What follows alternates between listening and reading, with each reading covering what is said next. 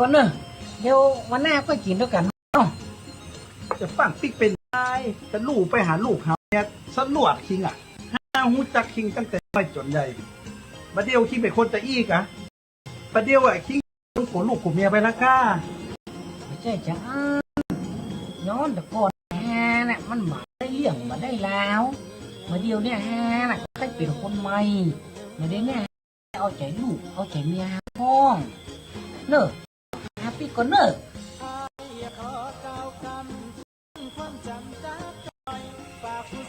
ห้าวบ่น้อยมันเหมือนแค่อย่างแตะกอนนั่นแหละบัดเนอะไปจะได้มากินเหล้ากับหมูกินข้าวเนี่ยก็ย้อนจะมีปัญหากันมีอย่างมีเมีย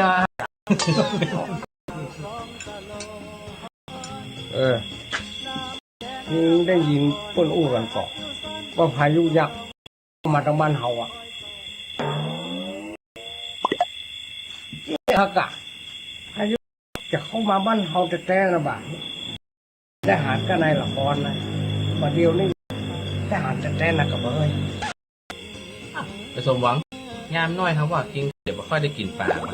ข่าวแต่จริงถ้าอย่างมาก่ายโผล่นี่แต่ว่าไม้อย่างปลาล่ำปลาเรือกับบุกคิงมาอู้เรื่องฟ้าเรื่องฝนอย่างเดียวนะถ้าว่าลืมปัญหาอย่างดีกว่าเขามานั่งกินเหล้าด้วยกันมาม่วนใจดีกว่ามาจน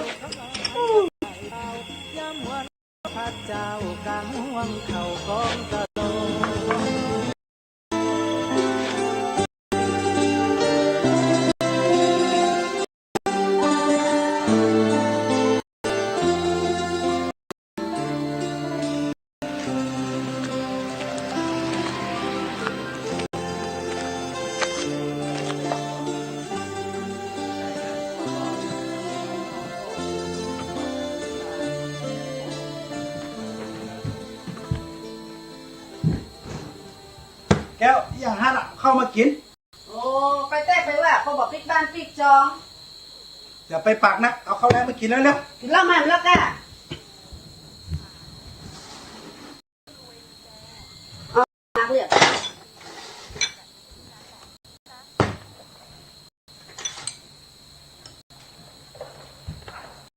จีนมีไหนล่ะนี่ก็น้ำพริกจีนกับบะหมี่ใส่พ่องกับใส่พ่องหน้ากะจีนอ่ะก็ตามไว้อยากใจอย่างอื่นพ่องกันตางานเฮือตึงมาไหน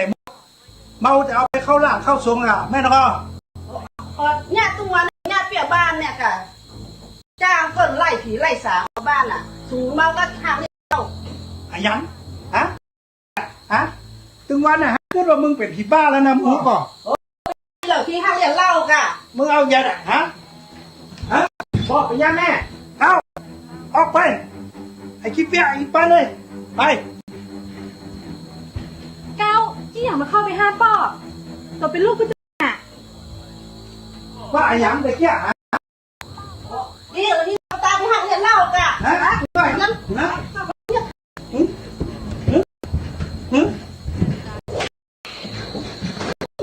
ก็ว่าไอ้ป้า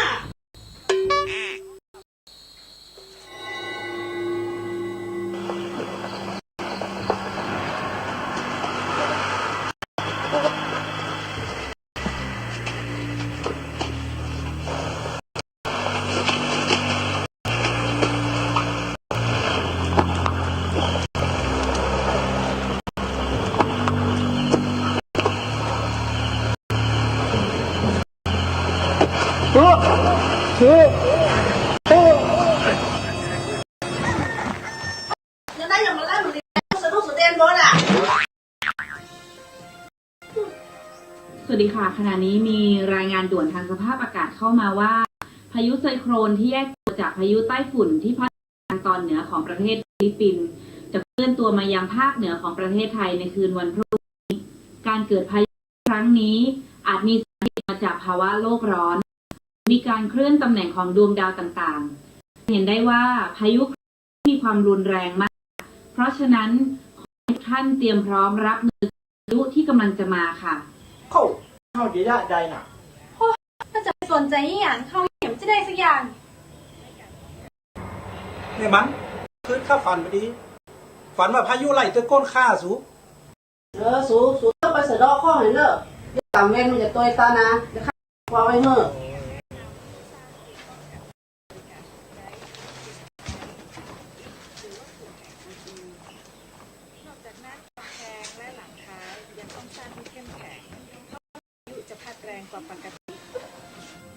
พายุไต้ฝุ่นความเร็วสูงก่อตัวขึ้นทางตะวันออกของประเทศฟิลิปปินส์เป็นเหตุให้พื้นที่ผ่านมาทางตอนเหนือของประเทศถูกพายุพัดกระหน่ำและเกิดน้ำท่วมฉับพลันค่ะ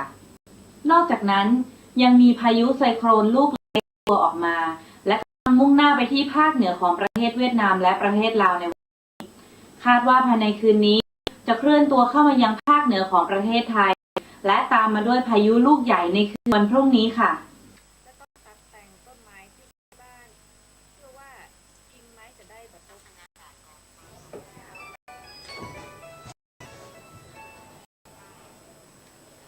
ฮัลโหล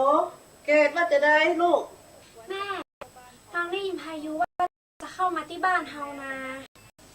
ก็น่ากะแม่หันข่าวหน้ากว่าขนาด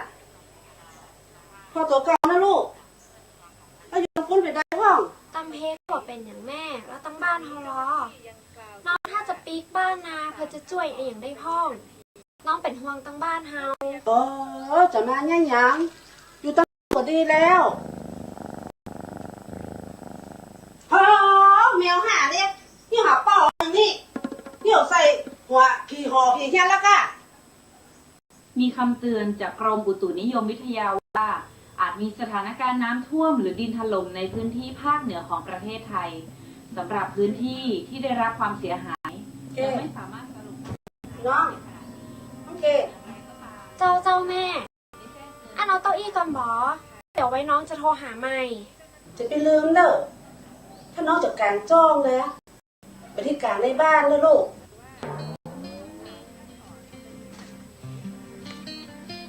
ชาวนาให้เตรียมพร้อมรับมือกับความเสียหาย ที่อาจจะเกิดขึ้นกับพืชผลทางการ โอ้น่ากลัวขนาดเลยอ่ะน่าจะได้ดีน่ะนั่นน่ะก็ลองกึดดูแล้วอ่ะว่าเปิ้ลน่าจะปิกบ้านไปช่วยพ่อแม่เตรียมตัวก่อนพายุจะเข้าอ่ะ แล้วผู้จัดการจะยอมให้ตัวลาปิกบ้านกาตัวกำลังมาทำงานใหม่นะ เปิ้ลกับบังฮู้เหมือนกันน่ะเปิ้ลว่าเปิ้ลถ้าจะลองพอ แล้วถ้าเปิ้ลสามารถใจความรู้แล้วก็ประสบการณ์เกี่ยวกับการชลประทานถ้ามันสามารถจะช่วยพ่อแม่เปิ้ลได้เปิ้ลก็ต้องเลือกครอบครัวเปิ้ลก่อนน่ะ ตัวคือถูกอะแต่จะได้เปิ้นก็หวังว่ามันคงจะบอกกระทบกับงานเนาะมาเปิ้นจะขอให้พระผู้เป็นเจ้าจ่วยตัว องค์พระผู้เป็นเจ้า ขอให้สติปัญญากะเกตโดยเกตและครอบครัวของเกตต้องการแนวทางการแก้ปัญหาและก็สันติสุขจากองค์ ขอพระองค์ได้โปรดเมตตาหมู่เขาโดยไปเดี๋ยวเฮาไปหาผู้จัดการกันเปิ้นจะบอกผู้จัดการว่าเปิ้นจะยากการแต่งตัวเอง โอ้ยขอบคุณนักๆเนอะตาล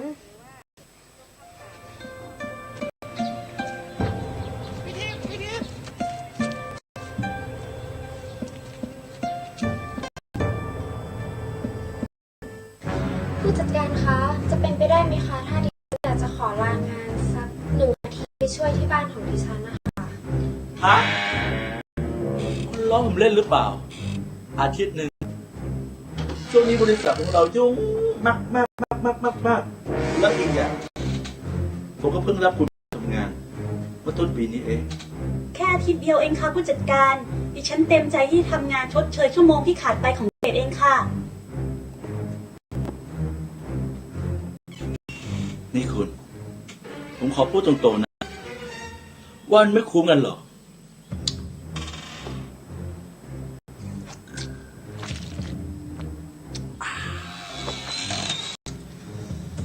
ผมไม่เห็นว่าคุณจะช่วยอะไรเขาได้เลย และอีกอย่างคุณทำงานพัฒนาชุมชนนะไม่ใช่บรรเทาภัยพิบัติเข้าใจ แต่ฉันเคยผ่านการอบรมเรื่องการเกษตรกรรมและการรับประทานมานะคะ มันก็อาจจะใช่ แต่คุณมีเวลาเตรียมตัวน้อยมาก แต่ถ้าดิฉันสามารถระดมชาวบ้านที่ช่วยกัน ดิฉันว่าเราน่าจะทำได้ค่ะ แล้วคุณตันคุณจะทำงานแทนเขาจริงๆหรือ ค่ะผู้จัดการ ผมให้คุณลาได้3 วัน 1 2 3 3 วันเท่านั้น ขอบคุณมากค่ะผู้จัดการ ขอบคุณมากค่ะ แต่คุณต้องกลับมาทำงานภายในวันศุกร์นะ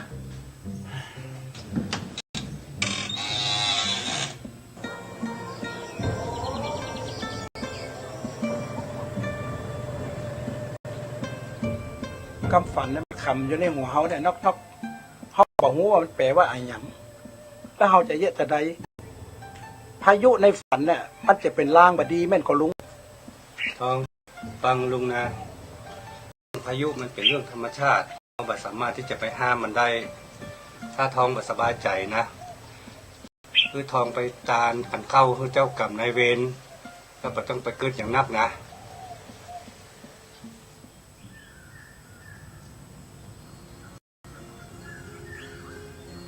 ที่จะไม่บอกนะที่ยังชอบไอเดียอยู่อะ โอ้ยมาได้หรอ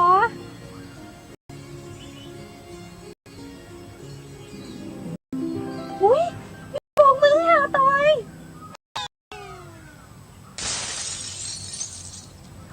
คือเปิดหายเดียนักไอ้ตามมีเปิดจะนักอย่าหายไปได้นะเมื่อกี้เอาก่อไอ้แดงก็รอดีนะ แล้วไอ้แกยังต่ำก่อ โอ้ยบุกแกนหรอกไอ้เปิ้นดูเป็นคนใหญ่ได้ที่สำคัญรวยไปเนอะคิงวันนี้อ่ะไปแอลไปหาตามก่อเผื่อจะป้ายแดงเลยนะเผื่อไอ้ตามใกล้แดงจะพาเขาไปเตลซื้อของไง แม็กเขาชิงคออ่อนปะ เฮ้ยน้อยก็ดีเหลือปะเก้าอ่ะ เก้าเนี่ยนะ โอ้ย กินเบียร์2 ขวดยกแล้วไอ้เนี่ยคิงดีคิงเก่งสมองได้ปะ เก้าฮะว่าชิงอ่ะแต่งตัวเป็นกระเทยดีแล้วมัน เซวิกใส่กระโปรงไปเอาเฮียน่ะมีหูหรอก จังเตอร์มูขี้จะอู้อย่างมาอู้ไปเตอร์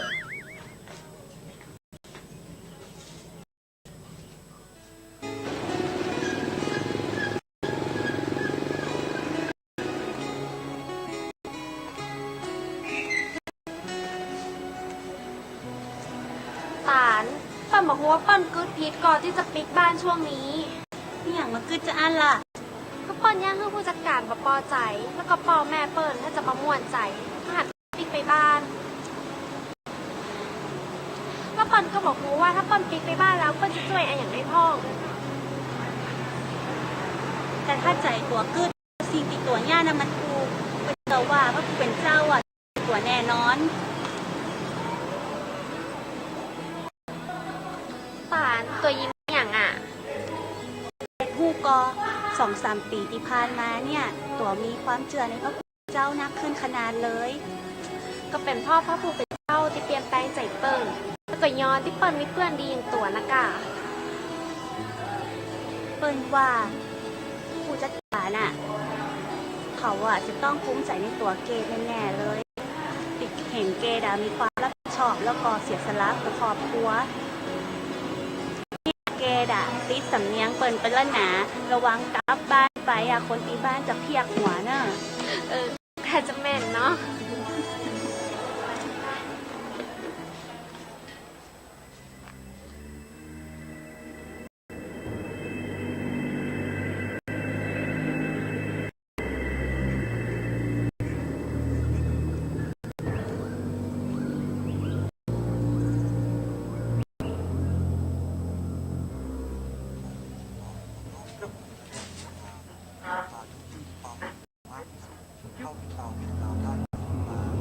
ลักษณะการก่อตัวของพายุครั้งนี้กรมอุตุนิยมวิทยาเชื่อว่า เ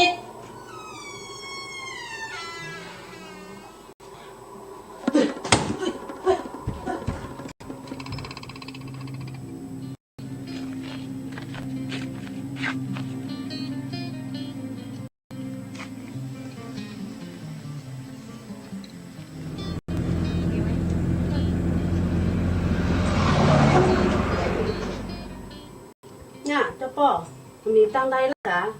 ที่จะฮื้อผีที่มารบกวนเจ้าไก่ๆ เนี่ยอีแก้วเขาก็ลองมาหลายเกิดแล้วนะ กูว่าผีที่เปิ้นมากวนมึงถ้าจะฆ่าได้มึงไปอยู่ตัวก็มาอั้นมึงลองขี่บอกลองบอกกูจะลองถามเปิ้นเถอะ มาเอาเด้อมาเอาเด้อ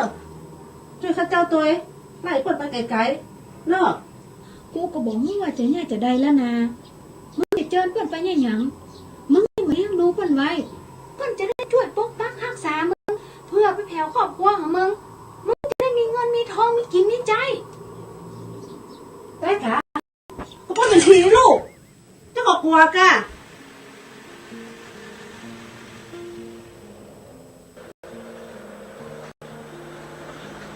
น้อยคิงเบิกปัวพายุจังห้องกะ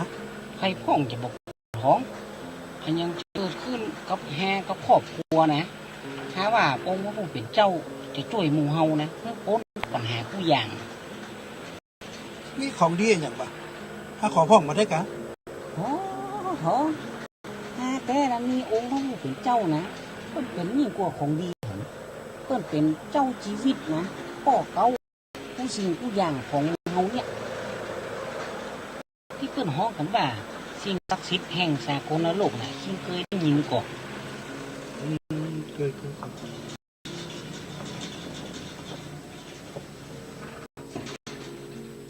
ถ้าผู้เป็นเจ้าเป็นไงกว่าลมกว่าฝนที่จะมานี่ก่อนนะเปิ้นเอาได้นะคิงยังมาขอเปิ้นช่วยคิงพอเอาอีกก่อนบ่เดี๋ยวเอาหมูลงก่อนบ่แล้วเฮาปิกไปถึงบ้านแล้วเฮาไปอู้กันต่อนะเนาะ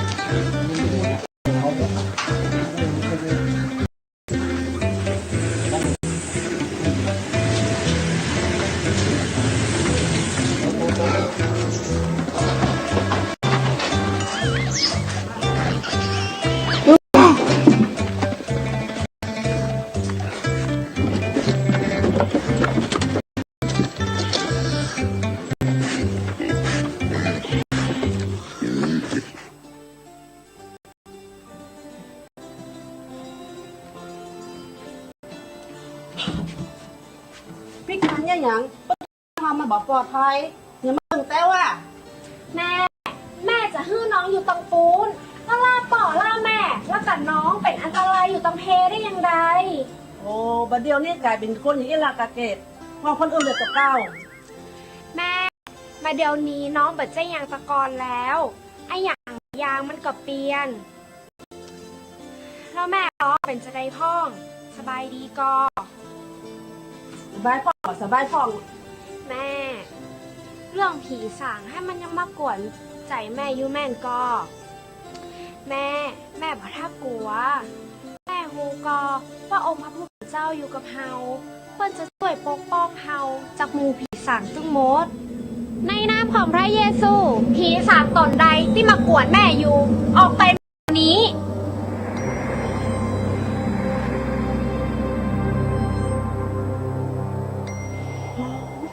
ถ้าจะไปละน้องอย่างใดอ่ะติดแต่ดีว่า ถ้าตัวน้องคนเดียวน้องก็ย่าบ่ได้ แต่ว่าองค์พระผู้เป็นเจ้าเปิ้นอยู่กับกู้คนติเจื้อและนับถือเปิ้นอันแม่ตุกใจแล้วเนาะ น้องไม่ได้แต่ดีว่าโอ้แม่ร้องอกปวดใจ น้องก็เหมือนกัน เวลาตีน้องเป็นตุกหรือว่าน้องบ่สบายใจ น้องจะขอสันติสุขจากเปิ้น น้องจะเล่าให้แม่ฟังแห่งเมื่อรูนแต่บัดเดียวน้องขอเตียวไปพอหมู่บ้านเฮากำน้องเพื่อครอบครัวเฮาแล้วก็หมู่บ้านของเฮาเตรียมตั๋วก่อนตีพายมา ไปเตอะเราหายใจพี่มันน่ะ เจ้า เพราะเป็นอะไรอย่างบ้า ก็เป็นอย่างลูกก็คือนะฝันบดีเว้ยเขาฝันมันอยู่ในหัวเนี่ยถ้าฝันว่าเป็นเมื่อคืนมืดเป็นฝนเป็นลมเงาดำไล่ตะก้นฮะประวัยยังฮะก็บอกว่ามันเป็นคนหรือแมงอันหยังฮะล่นเพราะบัดตันนะจักแข้งฮะลงดินหมด ฟันมาดีขนาดแต่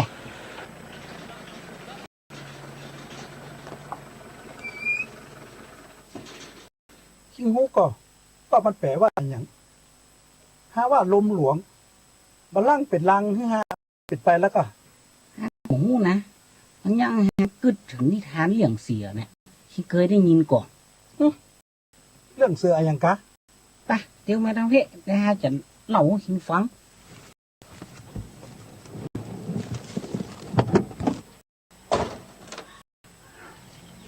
ไม่ปลาอุกนะมีผู้ชายคนหนึ่งนะมันหล่นมีเสียมันหล่นอย่างไงมันก็จึงบัดตันเสียเพราะเสียหล่นไว้กว่าเขาแทนนะเขาก็เลย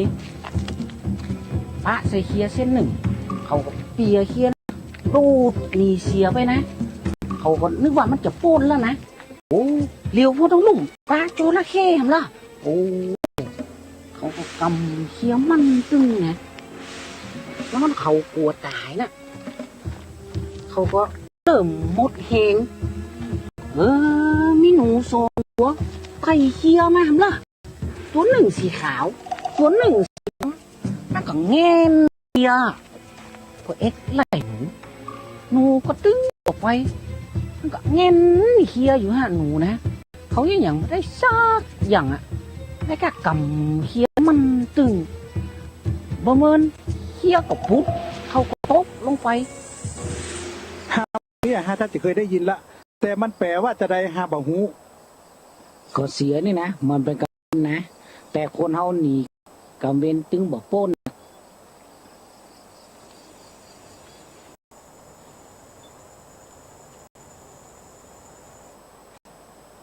เคียไม้ก็เปรียบเหมือนชีวิตหนูสองตัวก็เหมือนเป็นเวลาหนูสีขาวเป็นแม่วันหนูสีดำเป็นแม่คืนจนเฮาตายไปแล้วก็ไปตกที่ปากจะเข้ก็แปลว่าคนเฮาไม่ตายไปแล้ว จะโดนตัดสินตามกรรมเวรที่ได้หยะไว้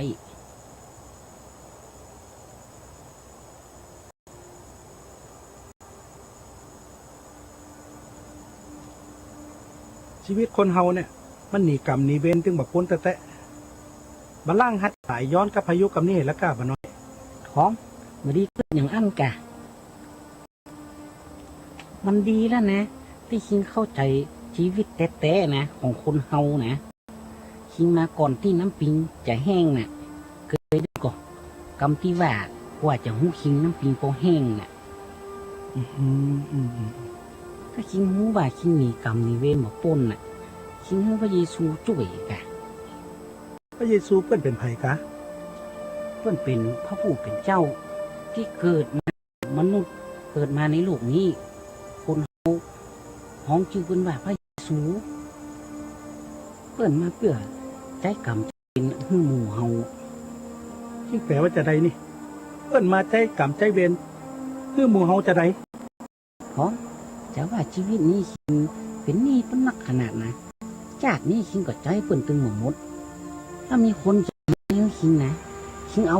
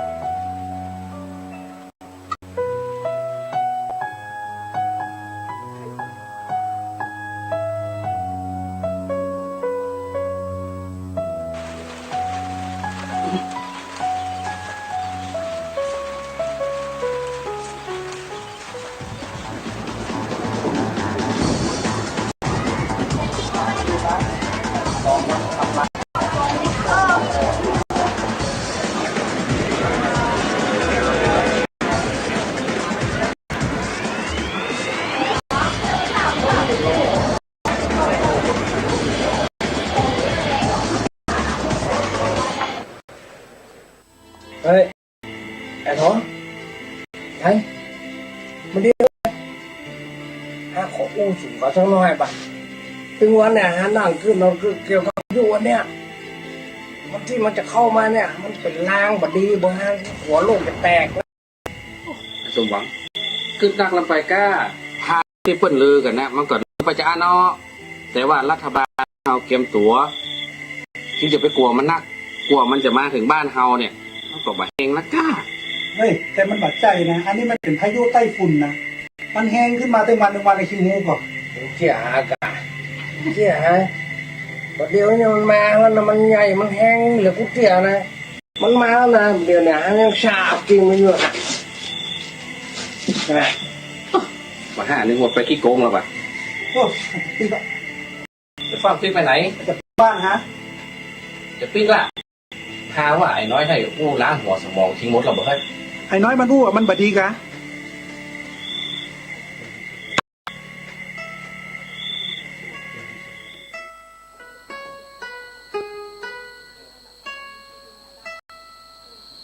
เกดพระเยซูเป็นจริงแต่นะพี่สั่งอย่างของมาลบกวนแม่อะ อันแม่เจอเนื้อเปิ่นเข้ามาเป็นผู้ดูแลชีวิตแม่บอ แล้วจะให้แม่เกี่ยวว่าอย่างไว้ก็ แม่บ่ต้องเกียมไออย่างสักอย่าง เพียงแต่แม่นับถือเปิ่นแต่ติดใจรักกรรมนี้ถ้าแม่มีไออย่างแม่ก็ตั้งจิตภาวนาขอพรจากเปิ่นเพื่อเปิ่นเข้ามาเป็นผู้ปกป้องดูแลชีวิตของแม่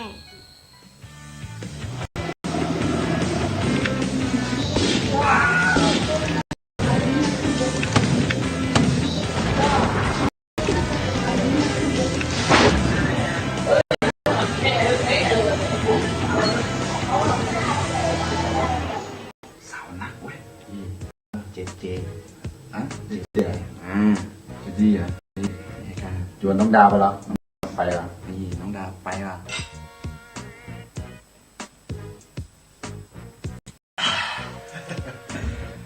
โอ้เหล้าเสี่ยงแล้วอ่ะกันเดียวคิงอ่ะจวนน้องดาวซื้อเหล้าที่หน้าปัดกองครับแล้วก็แวะซื้อไปซื้อโคกมาฝากน้องดิบตัวได้อีกอ่ะอะไรจวนน้องดาวไปน้องดาว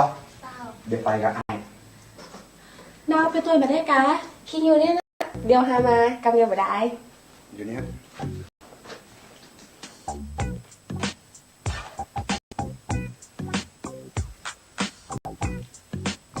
ที่บกไว้ก้า บอกกว่าแล้วเจ้า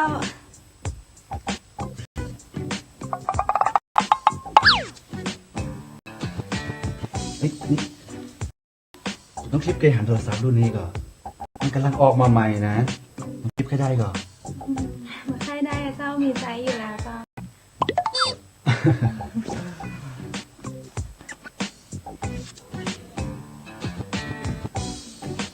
ดูเรื่องอย่างนะ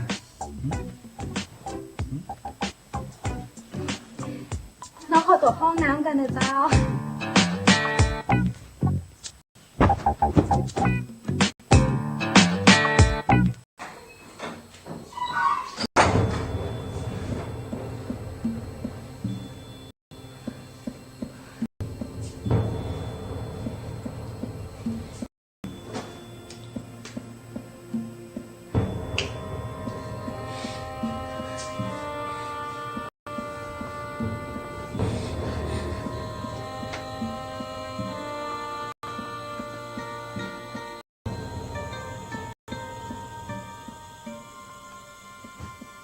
เฮ้ยเกด ต่อดีเจ้า น้องปิ๊กมาบ้านเฮาอย่างลูกน้องยังมาอยู่ในเวียงปุ้นประเดี๋ยวบ้านเฮามันบอกให้ปลอดภัยนะลูก น้องเป็นห่วงตังบ้าน น้องให้ปิ๊กมาช่วยป่อกับแม่ แล้วก็หมู่บ้านของเรา น้องจะช่วยบ้านเฮากะ เจ้า แต่ที่พ่อหันแม่นั่งสวดหรือว่านั่งนี่อย่างกันนะลูก อ๋อเฮากำลังนั่งตั้งจิตอธิษฐานขอพรจากพระผู้เป็นเจ้า น้องนับถือเจ้าแล้วกันลูก เจ้าน้องมอบชีวิตของน้องให้เปิ้ลดูแล แล้วเปิ้ลก็ดูแลน้องยังดีมาโดยตลอดตาลเปิ้ลของน้องเล่าเรื่องของพระผู้เป็นเจ้าให้น้องฟัง คลิปดูมาประเด็นนะลูก เจ้า ฮัลโหล พ่อมาทำน้อง คลิปพูดดังๆกับลูกพ่อก็ได้ยิน ทิพ จริงของท่านเป็นประธานเลยค่ะจริงเนี่ยพ่อของท่านสีชมพูมากเลยค่ะ ทิพ ที่พ่อมาทำน้องไวๆเนี่ย ไอ้ยังก็จะไปประเดี๋ยวเนี้ย พ่อมาลูกเป็นยัง เป็นตามปะหูนะ แล้วต่อมือน้องกับแม่ไงอย่างพ่อ คิดอะไรที่ฐานเลย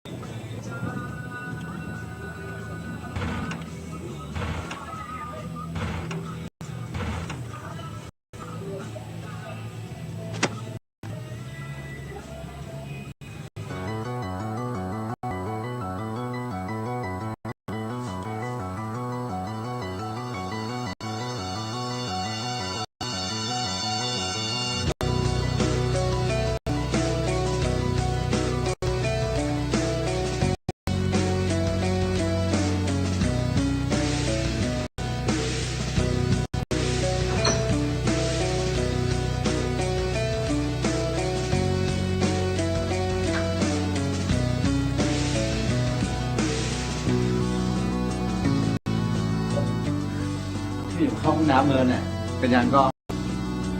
โอ้ไปยังอ่ะน้องคลิปไปไหน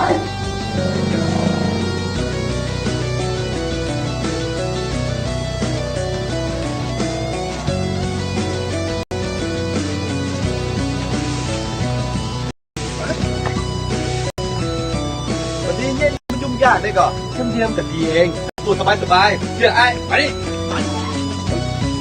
โอ๊ย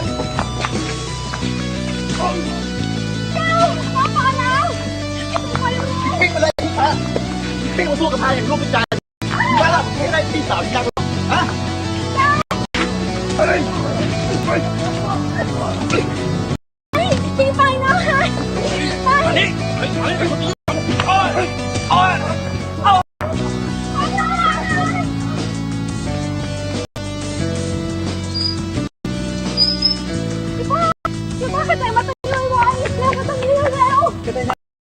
เป็นยังอ่ะ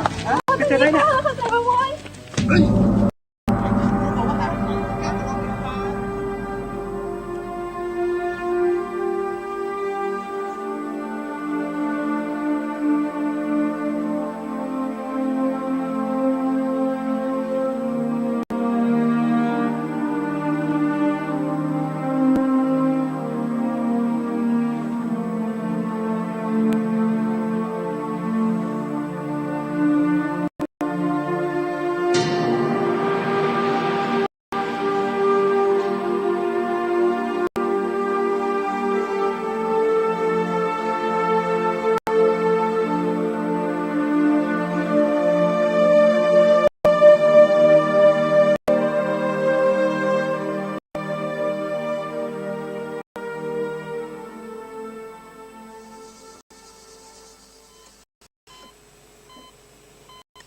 เราเฮ้ย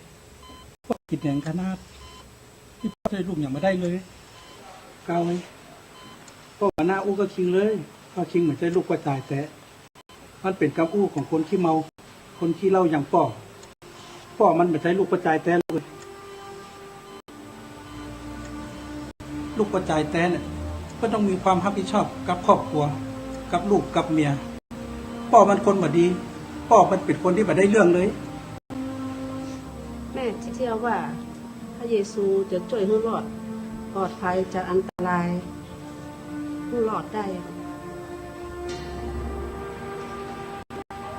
เพราะว่าตอนนี้นะเฮามาอธิษฐานขอพรจากพระเยซูกันบ่ เอาเลยป้อพี่ป้อนำเฮาอธิษฐานเลย พระเยซูหมู่เฮาขอช่วยเฮาหน่อยเน้อขอช่วยให้หมู่เฮาพ้นจากพยันตรายต่างๆ และพายุที่กำลังจะมาข ขออย่ามาก้ำไก่ครอบครัวเฮาตัวเน้อ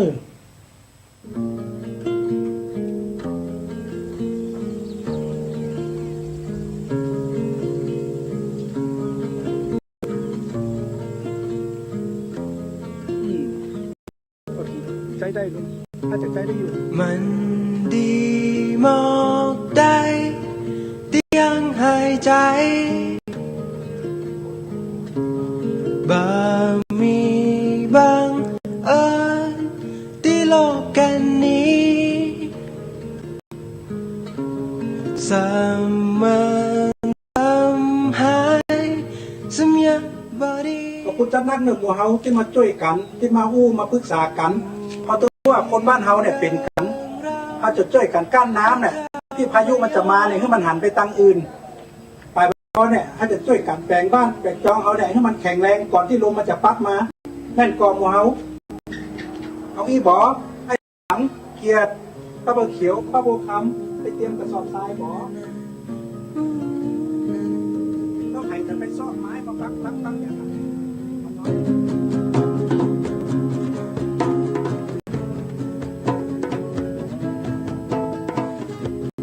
มันดีมากได้ที่ยังหายใจบางมีบางที่โลกกันนี้สามารถทำให้สัญญาบอดีหมู่พี่เดินรำพระเจ้าบายอม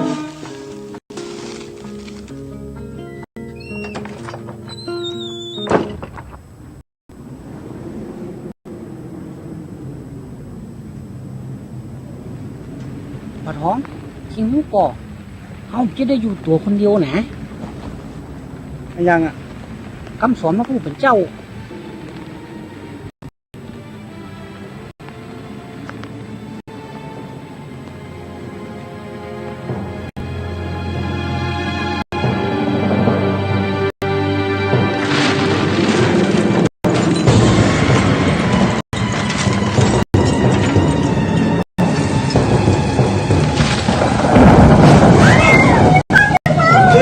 มันเก็บคำสอนของพระเจ้ารู้ป่อไว้เนี่ย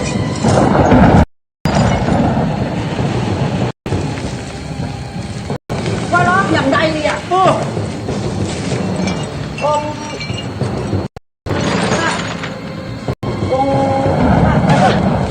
เห็นคนละไม่เป็นอันคนเดียว องค์พระผู้เป็นเจ้า เป็นที่กำบังเข้มแข็งของลูกบักกัว แม้ตอนที่พายุพัดกระหน่ำเข้ามาในชีวิต ลูกวางใจในพระองค์ องค์พระผู้เป็นเจ้าเราเชื่อว่าพระองค์จะปกป้องคุ้มครองหมู่เฮาเพื่อรอดพ้นจากอันตรายผู้สิ่งผู้อย่าง โอ้พระเยซูช่วยลูกปลอดภัยกันเตอ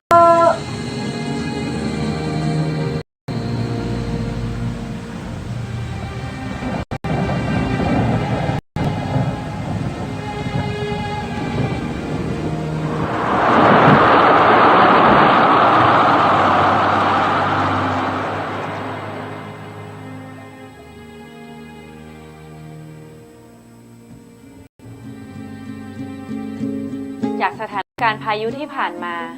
ทำให้พื้นที่ทั่วทั้งภาคเหนือของประเทศเวียดนาม ลาว และไทย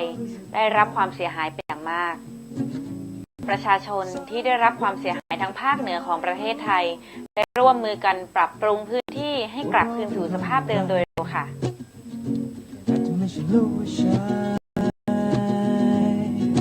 เจ้าตั้งใจไว้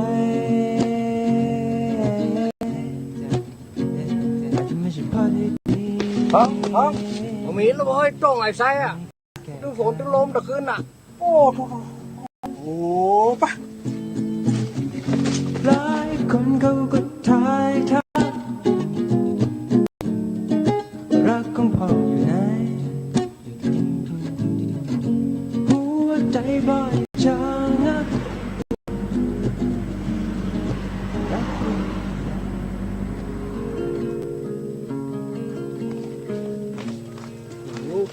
ใช่เป็นจะได้พ่อประเดี๋ยวเนี่ยหมูฮาเขามาจ่วยเนี่ย พ่อง ผมเว้นให้อย่าตัวฮาตันแล้วบ่เฮ้ย ชีวิตคนเฮานะมันต้องถูกติดกับกรรมกับเวรหันแล้ว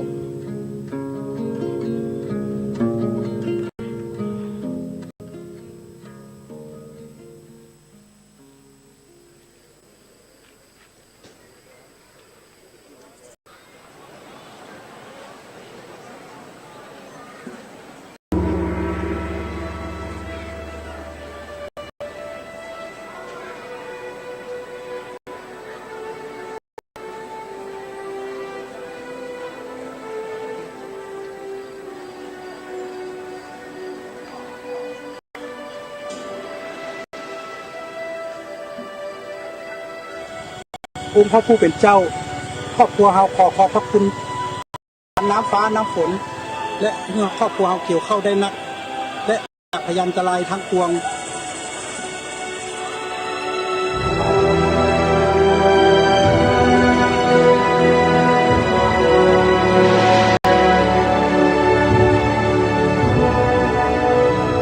ขอบคุณที่ช่วยลูกบอกให้กลัวและที่บอกให้มารบกวนถึงแล้ว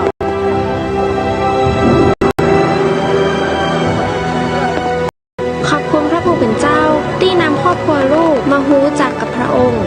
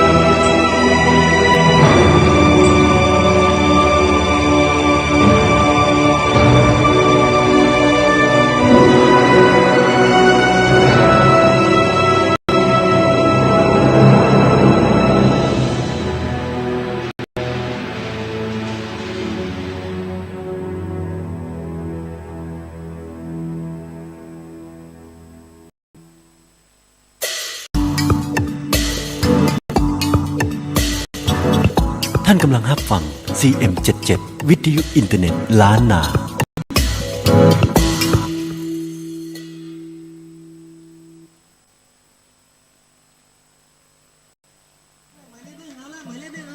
มีคนเคยบอกผมว่าทุกสิ่งทุกอย่างมีที่มาที่ไปและเหตุผลในตัวมันเอง การที่จะเข้าถึงอะไรสักอย่างนั้นบางทีอาจจะต้องใช้ความพยายามอย่างสูงบางทีเพียงแค่เปิดใจคุณก็สามารถเข้าถึงมันได้เหมือนกันผมไม่อยากเชื่อตัวเองเลยว่าจะมาถึงจุดนี้ได้ยังไงทุกสิ่งทุกอย่างรอบตัวผมในตอนนี้มันไม่คุ้นตาผมซะเลย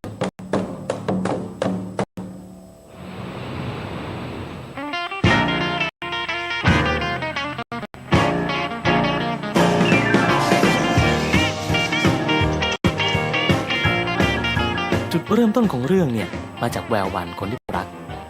เธอเป็นแรงบันดาลใจให้ผมในทุกๆเรื่องความสัมพันธ์ของเราสองคนกำลังไปได้ดีแต่ว่าเธอไม่เคยเอ่ยปากคำว่ารักกับผมเลยไม่ว่าผมจะพยายามแสดงออกยังไงก็ตามแต่ก็เป็นสัญญาณที่ดีเมื่อเธอชวนผมไปเที่ยวสงกรานต์ที่บ้านที่เชียงใหม่นี่จะเป็นครั้งแรกที่ผมจะได้ไปรู้จักกับครอบครัวของเธอบ้านของเธออยู่ห่างจากตัวเมืองเชียงใหม่ตั้ง100 กว่ากิโลแถมต้องเดินลัดเลาะทุ่งนาเข้าไปในหมู่บ้านอีกโอ้นี่ไม่เหมือนเชียงใหม่ในความเลย ป้อเจ้าลุงมาแล้วสวัสดีค่ะเฮ้ยเจอค่ะป้อขนาดนี้ กินข้าวกินน้ำกันมาหรือยัง ยังไม่ได้กินเลยเจ้า เรามากินตัวป้อเนี่ยกันอ๋อเกียรตินี้พ่อคำปานพ่อแววเองอันนี้ก้องเกียรติเจ้าเปื่อนลูก สวัสดีครับ สวัสดีครับยักกินยักการด้วยกันกะ เปล่าครับผมเป็นบาริสต้าครับ บาริสต้าคืออะไรนะลูก ก็ประมาณคนชงกาแฟขายอะเจ้า ชงกาแฟที่ในร้านขายยังไงกะ ไม่ใช่ครับบาริสต้าคือคนที่มาชงกาแฟใน ลุงกระปานลาบแล้วนะเนอะเฮ้ยเข้าไปเลยก็ เอาเข้ามาเอาเข้ามาเลย อ้าวมาแล้วลองชิมลาบฝีมือเขาพอแหละล้ำนะ ก้องเปิ้นมากินดีนะป้อ งั้นเดี๋ยวแววแบ่งเอาไปคั่วให้นะ เอาไม่เป็นไรครับ ผมทานได้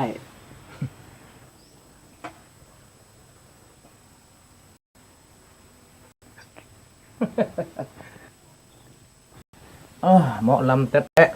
มีมือจะอีกหาที่ไหนมาได้แหมแล้ว ยังแชมป์เก่าอย่างเฮานี่นะ โอ้ผมมากล้าเทียบลุงแล้วครับ แข่งนี้จะชนะหรือเปล่ายังหมูหูเลยครับลุง โอ้อย่างเฮาผมจะอู้เล่นนะแข่งลาบปีนี้ที่หนึ่งไปเลย แพ้กับลุง โอ้แววอันสมาตะปอไอ้มากินข้าวตอนนี่กะเนี่ยมาเมื่อใดเนี่ยมาหา2-3 เตื้อป้าก ำลังมาถึง อีแล้วกินข้าวแล้วล่ะ อิ่มแล้ว ป้าอันไปลองชุดกัน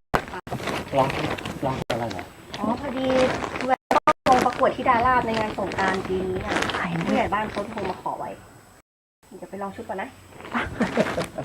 ถ้าสูได้เป็นแชมป์ลาบ5 ลูกเฮาได้เป็นนิดาลาบมังกรมันจะเปิ้งกันดีแต่น่ะ แท้กับพ่อ แท้กะ มันก็เหมือนพ่อคำปันกับแม่ยุพินนะกะ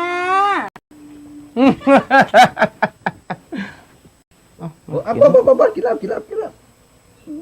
ลำจะป๊อแค่หมู ก้อง มานั่งทำมิวสิกอะไรตรงนี้มาเที่ยวบ้านแววไม่สนุกเหรอ เปล่าแววลาบมันทำยากไหมอ่ะ แววก็ไม่รู้เหมือนกันอะแววไม่เคยทำเพราะว่าลาบมันจะเป็นอาหารที่ผู้ชายเขาทำกัน ว่าแต่จะอยากรู้ไปทำไมหรอ เปล่าคือรสชาติมันอร่อยดีแล้วก็เลยอยากรู้ว่ามันทำยังไงอ่ะ งั้นเอาอย่างนี้ไหมอีก2 วัน วันมะรืนน่ะ เป็นวันพญาวันที่บ้านป้าจันเปงจะมีงานขึ้นบ้านใหม่ คนล้านนาเขาเชื่อกันว่าเป็นวันเริ่มของปี จึงเป็นวันที่ดีแล้วก็เป็นวันที่มงคลที่สุด แล้วพรุ่งนี้เราไปเขาเตรียมงานกันนะ ได้สิ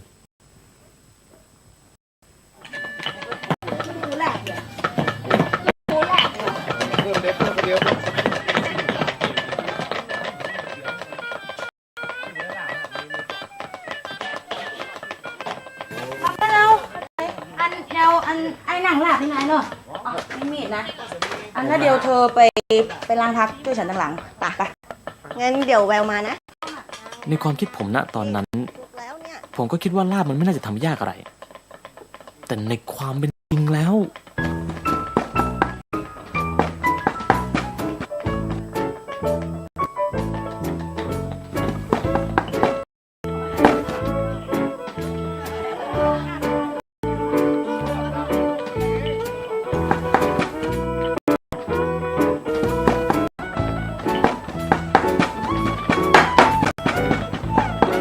ไอ้พระเจ้าจะได้ย่าหลับกับพระเจ้าวันนี้ผมจะสอน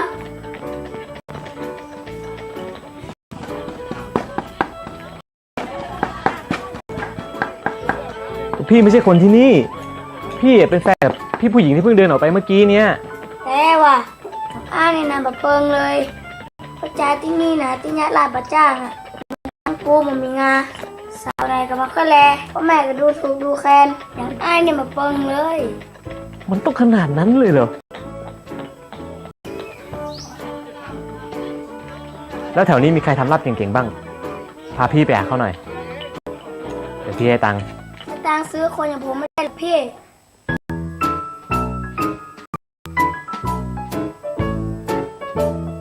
ผมวานให้เจ้ากล่องพามาหาชายคนหนึ่ง ที่ว่ากันว่ามีฝีมือในการทำที่เก่งที่สุดคนหนึ่งในหมู่บ้าน มีเรื่องเล่าว่า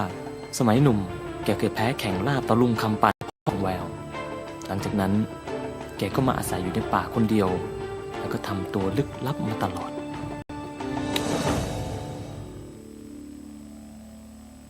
ไปตั้งได้มานี่มาเข้ามา ตาดวงแกเป็นคนใจดีกว่าที่คิด รับน่ากลัวอย่างที่ชาวบ้านเขาว่ากันตาดวงเล่าให้ผมฟังว่าลาบเมืองเป็นอาหารดั้งเดิมของคนยวนหรือโยนก มีมานานตั้งแต่สมัยพญามังราย นิยมเอาไว้เลี้ยงแขกในงานพิธีต่างๆ เมื่อแขกได้กินลาบก็จะได้เจอโชคลาภเป็นความเชื่อของคนล้านนาถือว่าเป็นอาหารมงคลอย่างหนึ่ง เป็นอาหารที่ยุ่งยากซับซ้อนในการปรุงจึงใช้เวลาในการทำเมินเพราะว่าต้องคัดสรรสิ่งที่จะมาทำตั้งแต่เนื้อเครื่อง ในและเครื่องเทศต้องคัดแต่ของดีๆ แล้วก็เลือกพักมาเป็นกับแก้มเอาเครื่องเทศในอัตราส่วนที่เหมาะสมมาคั่วให้หอม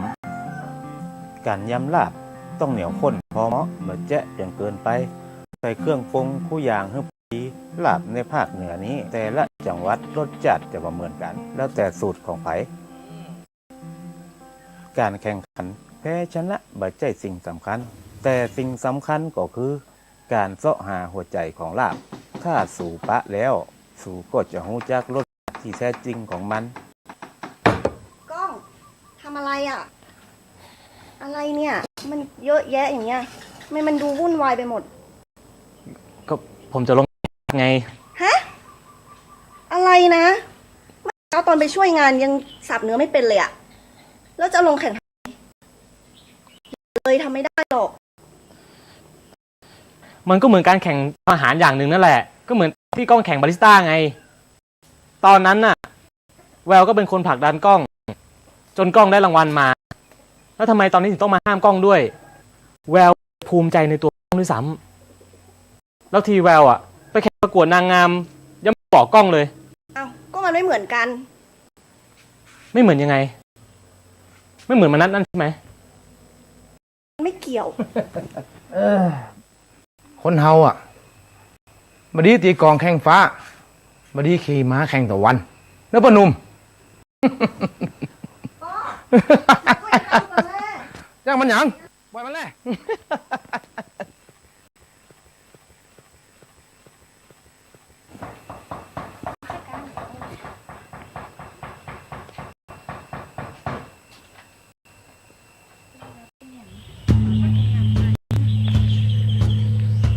แล้ววันสำคัญก็มาถึง วันนี้คือวันขึ้นปีใหม่เมือง และเป็นวันที่ผมเข้าร่วมการแข่งขันลาบประจำหมู่บ้าน ทีนี้ก็รู้กันแล้วว่า ผมมาถึงจุดนี้ได้ยังไง จากหนุ่มเมืองกรุงที่มือเคยจับแต่แก้วกาแฟ แต่ตอนนี้มาจับมีดลาบ ถึงแม้จะดูเป็นตัวตลกหรือมวยร้อนในสายตาของใครก็ตาม แต่ผมจะต้องทำให้แววกับพ่อภูมิใจและยอมรับในตัวผมให้ได้ เอาละครับเริ่มนะครับซับกันเลยซับกันเลยซับกันเลยเอาแน่ตัวนี้ซับ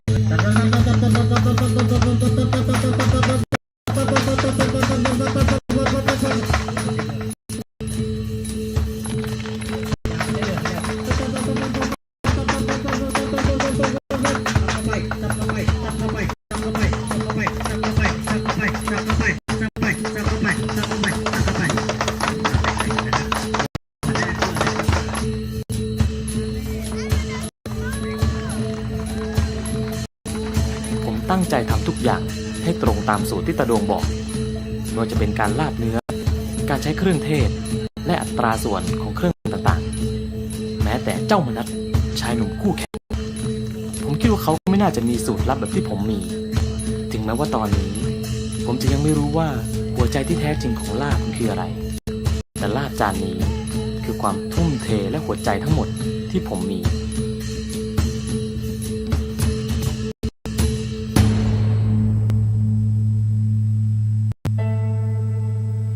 อย่างที่ผมเคยบอกไว้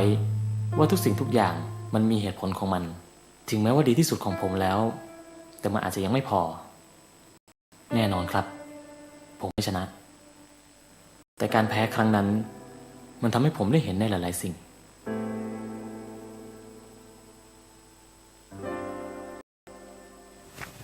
ก้องพ่อให้มาเรียกไปกินข้าวปะ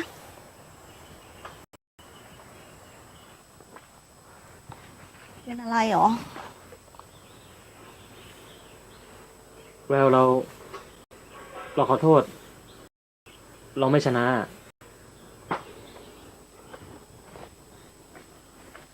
ไปกันเถอะ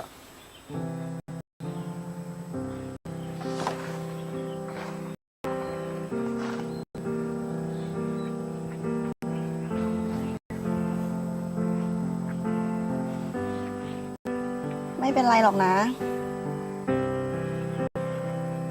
ก้องความไว้ใจกันมันไม่ใช่ตำนานหรือว่าความเชื่อจะมาเปลี่ยนแปลงมันได้นะแล้วถ้าอยากได้ยินคำนั้นก็ไม่ต้องทำถึงขนาดนี้ก็ได้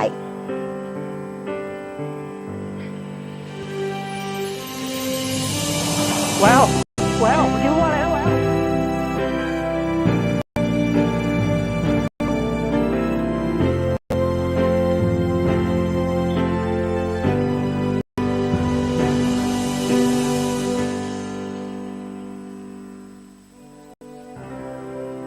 เรื่องการอ่ะ มันต้องใส่ใจไป วันนี้หลับปากนะ จะได้กินฝีมือป้อคำปันกับตัวเนี้ยตั้งแต่เกิดมานี่นะกำลังจะได้จิ้มฝีมือระดับตำนานเนี่ย นี่ลุงคำปันน่ะแกบ่เคยยะล่าไม่เคยกินนะ ตั้งแต่ได้แชมป์สมัยหนุ่มๆมาเนี่ย สูนี่ได้รับปากขนาดเลยนะ ดีแล้วที่เกิดมาเป็นคน จะเข้าห้วยใดก็เข้าให้มันสุด จะขุดห้วยใดก็ให้มันตึกพ่อภูมิใจที่ตัวพิสูจน์นึกบอกเห็นความพยายามของสู่อย่างสุดกำลัง และสู่จำไม่ว่า ของกินล้ำอ่ะที่คนมักความที่ความเปิงใจมาว่าจะสุกหรือว่าดิบความสำคัญของมันอ่ะก็แบบเปลี่ยนแปลงนะมากินข้าวด้วยกันลูก ไม่น่าเชื่อว่าลาบอาจารย์จะรวบรวมเอาเรื่องราวต่างๆไว้มากมายขนาดนี้ อาหารของที่นี่เป็นมากกว่าปัจจัยสี่และเป็นเหมือนรากฐานของชุมชนที่มีพลังในการเชื่อมโยงจิตใจของทุกคนมาเป็นหนึ่งเดียวกันได้ วันนี้ผมได้รู้จักรสชาติอันแสนวิเศษที่นำมาซึ่งมิตรภาพ